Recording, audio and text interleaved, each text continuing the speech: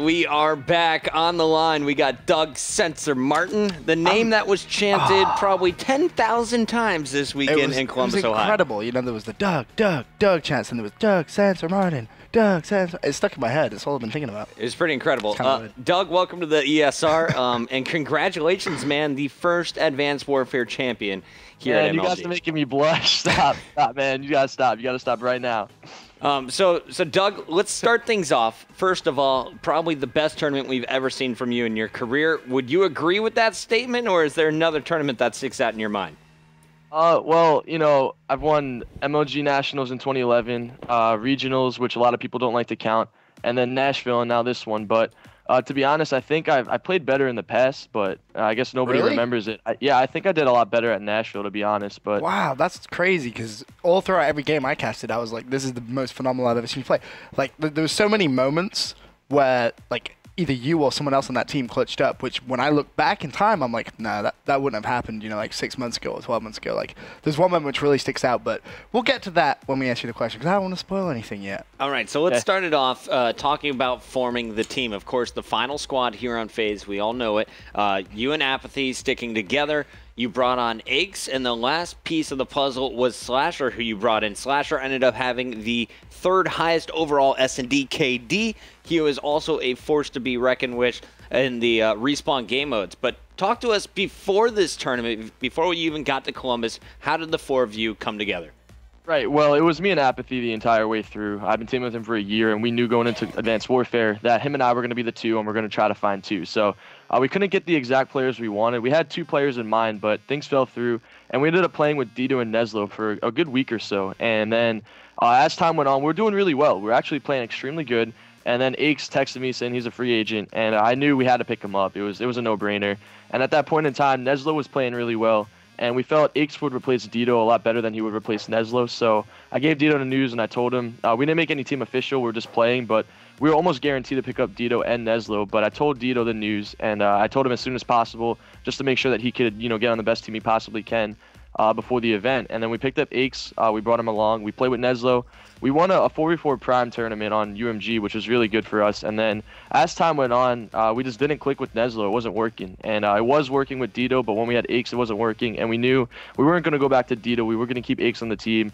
And we just knew that we had to keep Aches, and we had to find the right fourth. And we knew Slasher was also a free agent too. And we knew things weren't working with Neslo.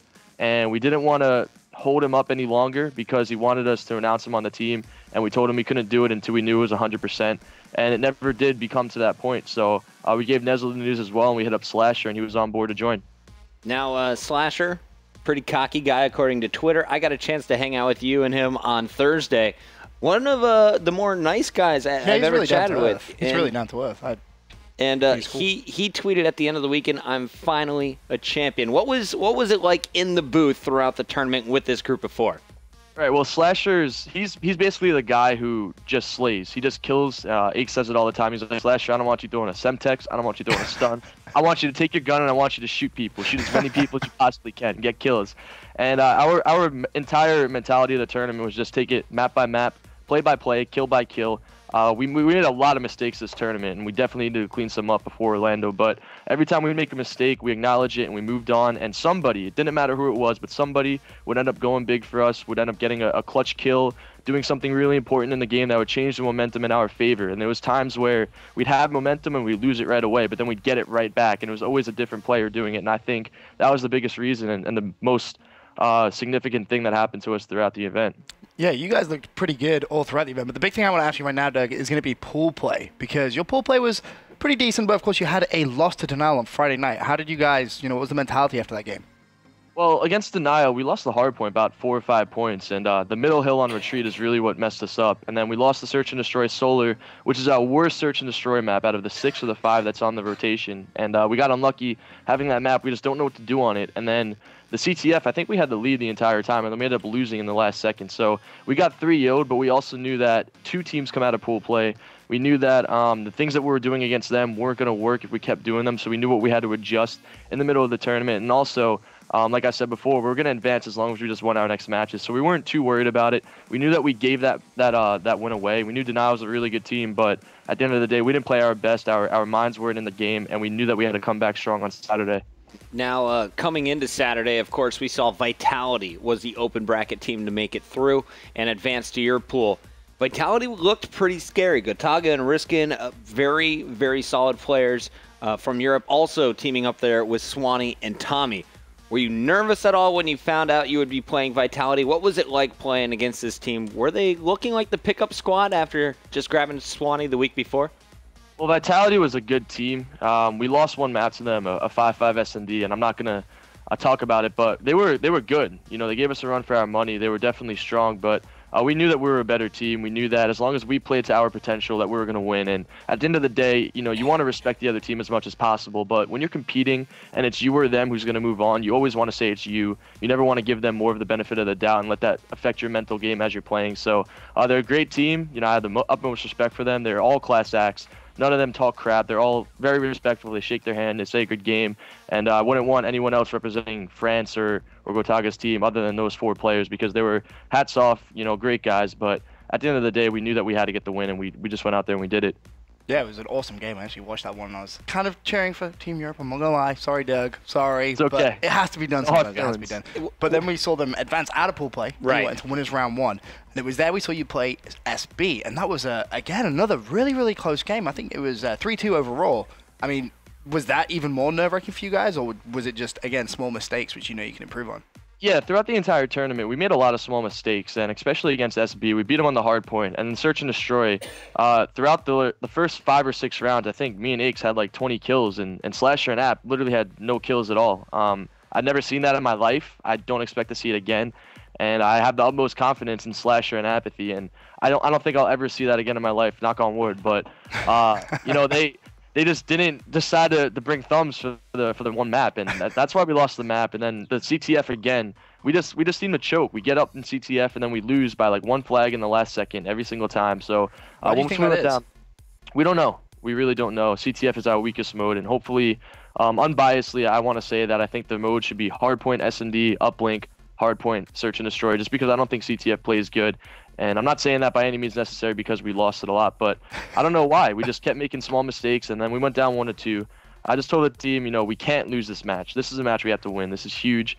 These next 2 maps, I want each and every one of you to play to your full potential, and we have to get this done. And I knew we could. I knew we will, and we again got it done somehow, some way. We just managed to pull it out.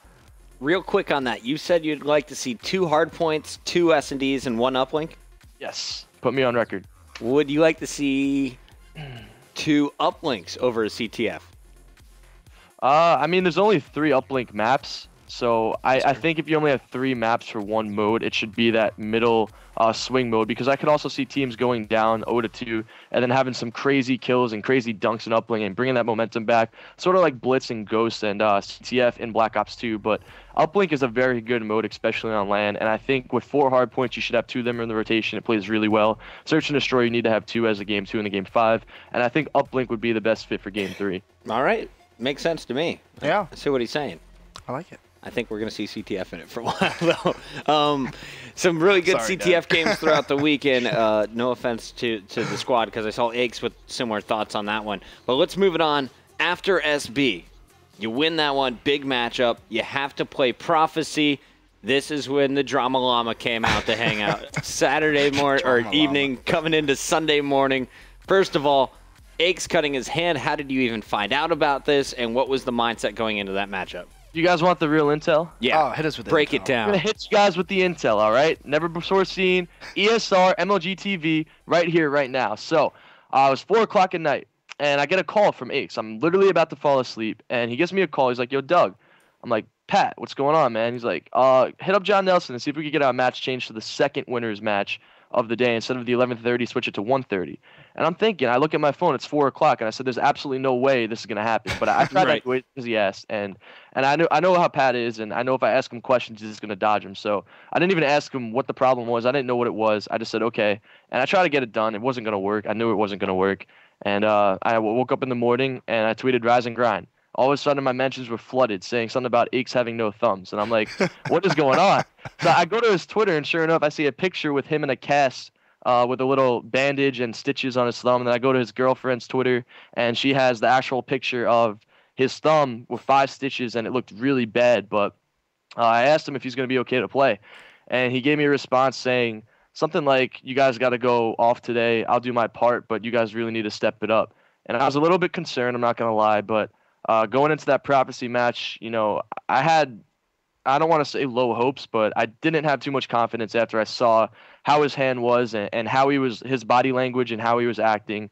I didn't have too much confidence going into the match, but we tried the best we could. I remember being in that booth with you, Apathy, and Slasher, and being like, guys, you ready to play 3v4? We got to get this match started. Aches came in literally as I was walking out of the booth. So we were almost forfeited for the match, too, if he didn't show up if he showed up 5 minutes later, we would have lost the first map. So you did go into that one. It was Prophecy taking it in a quick 3-0. What was the conversation after that match? There was no conversation, actually. We knew what we had to do. Yeah, we were all mad and upset. I remember seeing you walk past me. You were like code red. I'm heated, was the quote I heard. You were furious. I'm amazed you guys didn't talk about it. That's crazy. Well, there's nothing to really say. I mean, you can't argue too much about getting stomped by Prophecy. They're a good team, but the most important thing was that Aches wasn't slaying. He was dropping, double negatives, I think like 15 or 20 kills in the respawn, and we knew what the problem was. And there was no solution to it. We can't give him some magical, a pill or some steroid that's going to heal his hand within the matter of seconds. There's nothing we can do. Right. We knew we just had to play through it. We all knew that we had to step up too because none of us were really playing particularly well. I wasn't doing that well. The whole team wasn't doing good. It wasn't just Aches. So we knew that going into the match versus Denial, we had to step it up. We had to change things around, and everybody had to play better. And we couldn't think too much about Aches because that's something we couldn't control. Yeah. So what was that conversation going into the Denial match? Because last time you played, it was Denial who came out on top 3-0. Right. Well, we knew Denial was a good team. Obviously they're the 3 seed, and we knew that they beat us 3-0. We felt like we didn't play our best Call of Duty. We felt like we didn't do the best job we could. So we knew it was do or die. We knew if we lost, we'd go home, we'd get top 6, and people would just think that Aches' thumb is the reason why we didn't do well, or I don't have thumbs, or I don't know. But we just knew that we had to step it up. We all knew that we had to play better, and I'm a big fan of let your gameplay do the talking. I used to be this way in the past, but I don't like to brag too much. I don't like to gloat too much, talk too much crap. I like to just play and let the gameplay do the talking, and that's the motto our team had the entire weekend. It was just play the game, do the best we could, and everything else comes second. Just focus on the one map, the one match, the one gunfight, every little thing you could possibly do to make yourself and your team be put in a better position to win the match. And that's basically the vibe we had. We didn't talk too much. Now, a lot of people missed that FaZe Denial matchup. Can you talk us through real quick 1 through 5? All right, so first map, Hardpoint, we clutched up and we beat them by a few points in the last second. Search and Destroy, second map. S&D Terrace, I think we beat them 6-3 or 6-4. We had the lead the entire time, and they mounted a little bit of a comeback, but we closed it out. Capture the Flag, we had the lead the entire game, and again, we choked. We gave it up in the last second. Uplink, I think we lost 5-4 in Detroit Uplink. I can't remember, though, but it was a close game. And then Search and Destroy, Game 5, S&D Solar. All of us had very big individual plays. Apathy started off with another donut. He wasn't doing well, but I clutched a 1v2 to start it off. Aches clutched 2 1v2s.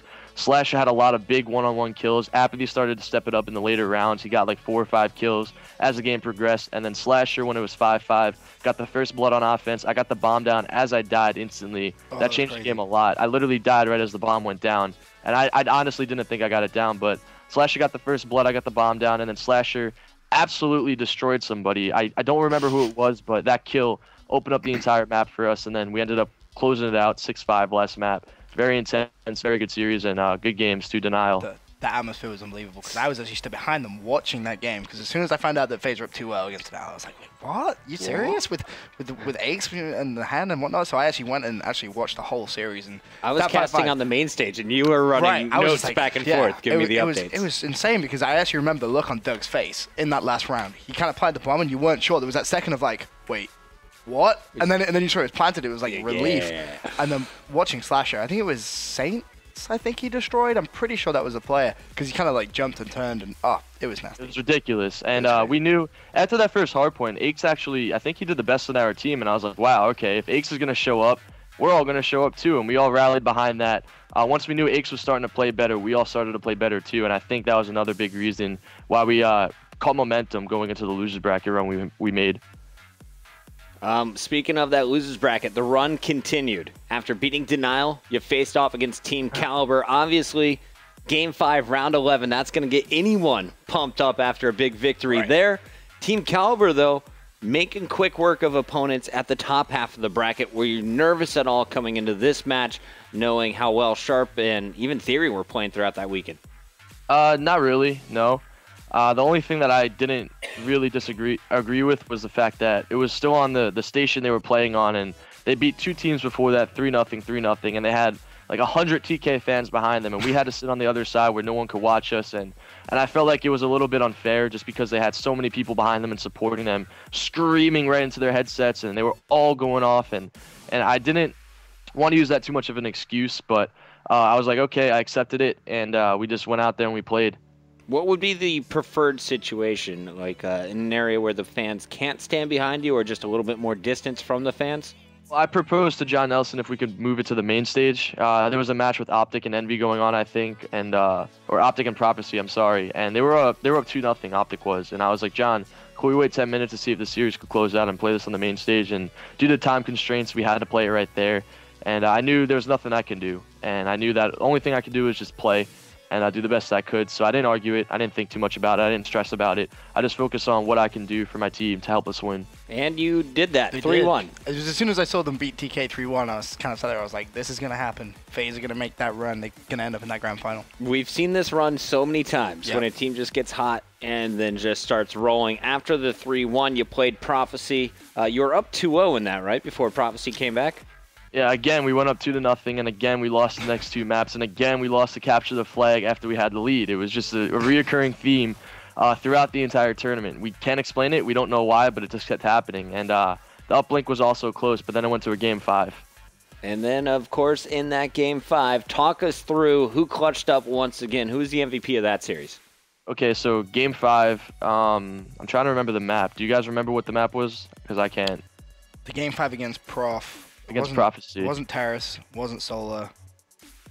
It might have been Recovery. I think it may have been Recovery. I'm pretty sure it was. Recovery. Actually, no, it wasn't Recovery because we played Recovery the first series against them. I give up. I got nothing. Detroit? I don't remember. I honestly can't tell you guys. I think it was Detroit because wasn't that when Apathy went out for the sniper rifle? I don't know, to be honest with you. Right, yes, it was Detroit. So Game 5, you guys won won it. it. We're going to say Detroit. We're going to say Detroit. I think it was Detroit. You guys went on to play now Optic Gaming. Optic, of course, the team that has steamrolled so far through the winners bracket. Aches, Nadeshot, longtime rivalry.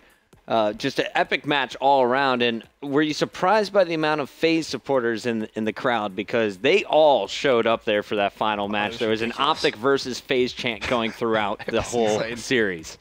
Yeah, well, you know, FaZe is a huge organization. They have so many great fans, great, leaders and players that are involved with the team. And I was extremely happy and excited to see all the people out there. When we went to the finals at Nashville, there was a lot of people in the crowd. And since this is an MLG, it's a little bit bigger. And especially since it's against Optic Gaming, it's the first time the 2 historic teams matched up in the finals. I knew it was going to be big, and I knew it was going to be a good one. So I just want to say, again, thank you to the Red Militia and all the fans.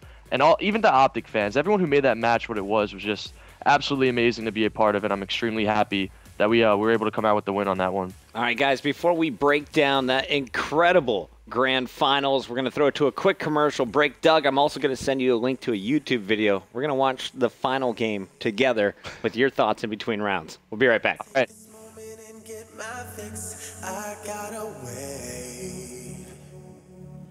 My